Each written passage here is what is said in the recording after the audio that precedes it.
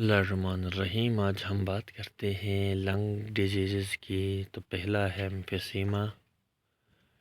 تو ایمفیسیما کے بعد دوسرا ہے COPD ڈیزیز۔ تو ایمفیسیما کہتے ہیں ہم جس میں الویولائی کی والز ڈیمیج ہوتی ہیں یا کہیں بلاکیج آ جاتا ہے جس کی وجہ سے اندر ایئر لنگز میں نہیں پہنچتی اور بلڈ کے اندر لیس یا فیو یعنی آکسیجن پہنچتی ہے۔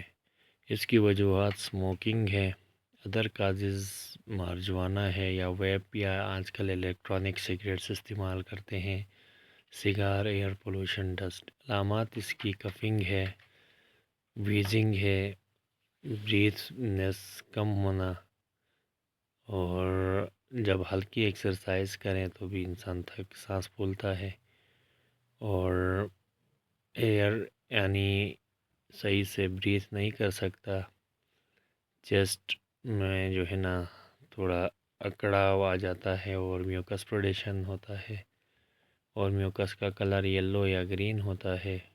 تھکاوٹ اور ہارٹ پرابلمز اس کی سمٹمز ہیں۔ ٹریٹمنٹ اسموکنگ کم کرنا چاہیے، برونکو ڈائلیٹرز یوز کرنے چاہیے۔ برونکیو ڈائلیٹرز یعنی ہمارے جو الویولائی کو الاسٹک بناتے ہیں اور والیوم انکریز ہوتا ہے جس کی وجہ سے انہیل کرنے میں یا ایکسہیل کرنے میں آسانی ہوتی ہے۔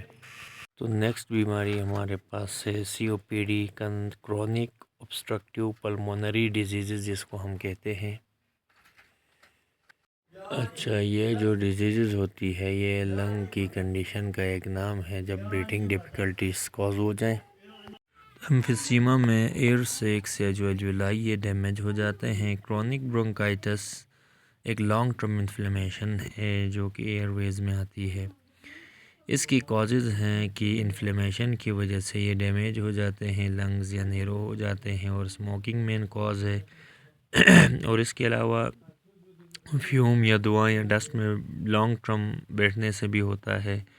جینیٹک پرابلمز کی وجہ سے بھی یہ ڈیمیج ہو سکتا ہے۔ اس کے سمٹمز ہیں بریتھنگ میں شارٹنیس ہونا، چیسٹ میں کف ہونا، فلیم یلو قسم کا وہ آنا یعنی کلر کا میوکس آنا، چیسٹ انفیکشنز، ویزنگز کا ہونا۔ اور اس کے ٹریٹمنٹ ہے اسموکنگ کم سے کم کریں، انہیلرز یوز کریں، میڈیسن، ماسک یوز کریں، اور ریہیبلیٹیشن ایک اسپیشلائزڈ ایک ایکسرسائز ہوتی ہے اور ایجوکیشن دی جاتی ہے۔ پھر اس کے بعد بھی نہیں ہوتا ہے تو سرجری یا لنگ ٹرانسپلانٹ اس کا لاسٹ یعنی سولوشن ہے ٹریٹمنٹ کا۔